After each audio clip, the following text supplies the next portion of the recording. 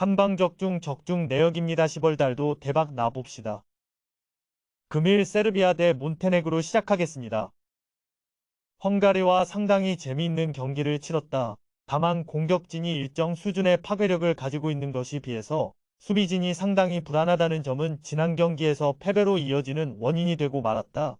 몬테네그로가 생각보다 저력을 발휘할 가능성이 있다는 점이 상당히 부담인데, 이 경기를 포함 모든 경기를 총력전으로 임할 것이고 이 두 나라의 국제적인 감정도 그다지 좋지 않기 때문. 일단 앞서 언급했다시피 남은 경기에서 한 경기라도 패한다면 본선 직행은 어려워지는 상황이다. 따라서 몬테네그로가 모든 경기에서 공격적으로 나설 것은 명백한 상태. 일단 세르비아가 생각보단 수비가 허술해 몬테네그로가 공격적으로 성과를 낼 만한 환경은 될 것. 물론 지난 경기 사비치, 마루시치가 나오지 않았다지만 레바논에게 이골을 내준 수비력은 높은 평가를 해주기 어려웠다. 세르비아의 수비는 공격에 비해 허술한 상황. 몬테네그로가 총력전으로 나선다면 흠집이 날 가능성이 있다. 생각보다는 몬테네그로가 저력을 보여줄 가능성도 있는데 두 나라의 사이가 급격하게 냉각이 되어 있고 몬테네그로는 1패만 당하더라도 예선에서 위험하다. 금일 조합픽은 모두 무료로 보내드렸습니다. 못 받으신 분들 및 궁금하신 분들은 영상 아래 고정 댓글로 편하게 말 걸어주세요. 금일 리투아니아 대 헝가리 시작하겠습니다. 일단 불가리아를 이기면서 조별 예선을 승리 없이 지나가지는 않게 되었다. 물론 지난 경기에서는 불가리아에서 패장자가 조기에 나온 덕을 꽤 봤다고 봐야 할 것. 헝가리를 상대로는 늘 압박과 동적인 운영을 막지 못하는 모습이 역력했다. 물론 리투아니아도 생각보다 전방에 힘을 주는 양상이기는 하나 수비에서 내주는 공간은 500으로 가동한 경기에서도 막아내지 못했다. 그동안 리투아니아를 상대로는 만나는 경기마다 족족 멀티 득점에 성공하는 모습, 이를 감안하면 리투아니아 공략의 득점력이 미치는 영향은 적을 것이다. 이미 잉글랜드나 독일을 상대로도 득점력 하나만큼은 유지가 되는 모습. 다만 동적으로 움직이는 스타일로 인해서 생기는 수비 상황의 혼선이나 오르반과 칼마르의 동반 이탈은 어느 정도 수비에 영향을 줄 것. 일단 헝가리가 리투아니아를 상대로는 득점력에서 부진을 겪은 경우는 없었고 동적인 무브가 공격에서는 매우 긍정적인 효과를 주고 있다. 물론 동적인 스타일로 인한 수비적인 난조는 나름 헝가리가 가지고 있지만 화력으로 상대를 제압한다는 선택지는 여전히 유효할 것. 금일 조합픽은 모두 무료로 보내드렸습니다. 못 받으신 분들 및 궁금하신 분들은 영상 아래 고정 댓글로 편하게 말 걸어주세요. 금일 북아일랜드 대 슬로베니아 시작하겠습니다. 산마리노를 3-0으로 대파하기는 했지만 상태가 전혀 좋지 못하다는 점은 변함이 없다.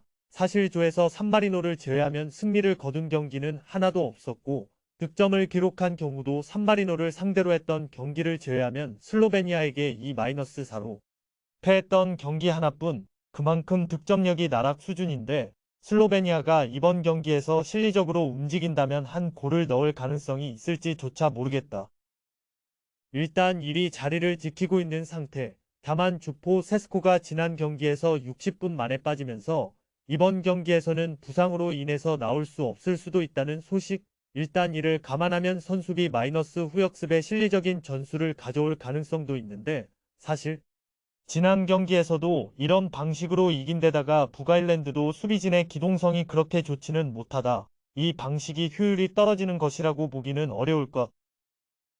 슬로베니아의 승리를 기대해본다. 일단 북아일랜드가 산마리노 정도를 제외하면 득점력을 보여준 경기는 거의 없다. 그 중 한 경기가 슬로베니아를 상대로 하기는 했지만 금일 조합픽은 모두 무료로 보내드렸습니다. 못 받으신 분들 및 궁금하신 분들은 영상 아래 고정 댓글로 편하게 말 걸어주세요. 금일 산마리노 대 덴마크 시작하겠습니다. 일단 한 골을 넣는 것조차 어려운 전력, 매 예선마다 최하위로 떨어지는 팀이고 이번 경기에서도 별로 기대가 되는 것은 없다. 덴마크를 상대로 90분 내내 샌드백처럼 밀릴 것이 뻔한 상황인데 문제는 500으로 극단적인 수비 전형을 쓰더라도 다실점을 면하지 못하고 있다는 것. 11명이 모두 자기 진영에서 지키고 있어도 그렇다.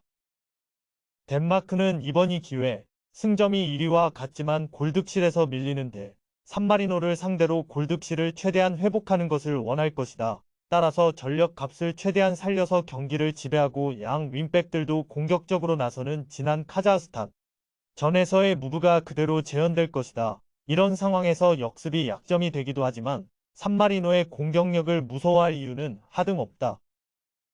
덴마크의 완승을 기대하는 매치. 일단 이 경기에서 골득실을 최대한 회복하고 1위를 탈환하는 것을 노리고 있을 것. 산마리노의 공격력도 한 골을 넣는 것조차 어려워 덴마크가 공격적으로 나서더라도 수비적인 리스크가 거의 없는 수준이라고 할 수 있을 것이다. 금일 조합픽은 모두 무료로 보내드렸습니다. 못 받으신 분들 및 궁금하신 분들은 영상 아래 고정 댓글로 편하게 말 걸어주세요. 금일 프랑스 대 스코틀랜드 시작하겠습니다. 이 경기에서 무리하게 주전들을 FULL로 내보낼 이유는 없다. 이미 유로 본선 진출을 확정지은 상황에서 본선을 위해서 비주전 멤버들의 기량을 점검하는 무대가 될 가능성이 높을 듯. 그러나 이를 위해서 나오는 멤버들도 튀랑, 덴벨레 등 웬만한 나라의 주전급 선수들, 생각보다 극단적인 수비에 고전하는 경우가 있기는 한데 이러한 상황에서도 어떻게든 한 골을 우겨넣고 승리를 잘 챙겨오는 모습이다. 이 경기에서는 본선에서 상위 전력을 상대로 스코틀랜드가 어느 만큼 버틸 수 있느냐를 실험하게 될 것. 일단 철저하게 선수비 마이너스 후역습의 효용을 실험할 것이다. 물론 이러면 예선에서 주포 노릇을 잘해주었던 맥토미니도 수비에서 해줘야 할 것이 많아 스코틀랜드의 득점 가능성은 기하급수적으로 떨어질 가능성이 높다. 프랑스의 승리가 유력하다. 아무리 힘을 빼고 나온다고 하더라도 로테이션 멤버들이 웬만한 나라의 주전에 가까운 전력, 극단적인 수비에 고전하는 양상이 짙기는 해도 결국 선수단의 기량으로 승리를 가져오는 데도 능하다. 그나마 스코틀랜드가 수비로 생각보다 프랑스의 득점력을 감소시키는 데 그칠 듯. 금일 조합픽은 모두 무료로 보내드렸습니다. 못 받으신 분들 및 궁금하신 분들은 영상 아래 고정 댓글로 편하게 말 걸어주세요.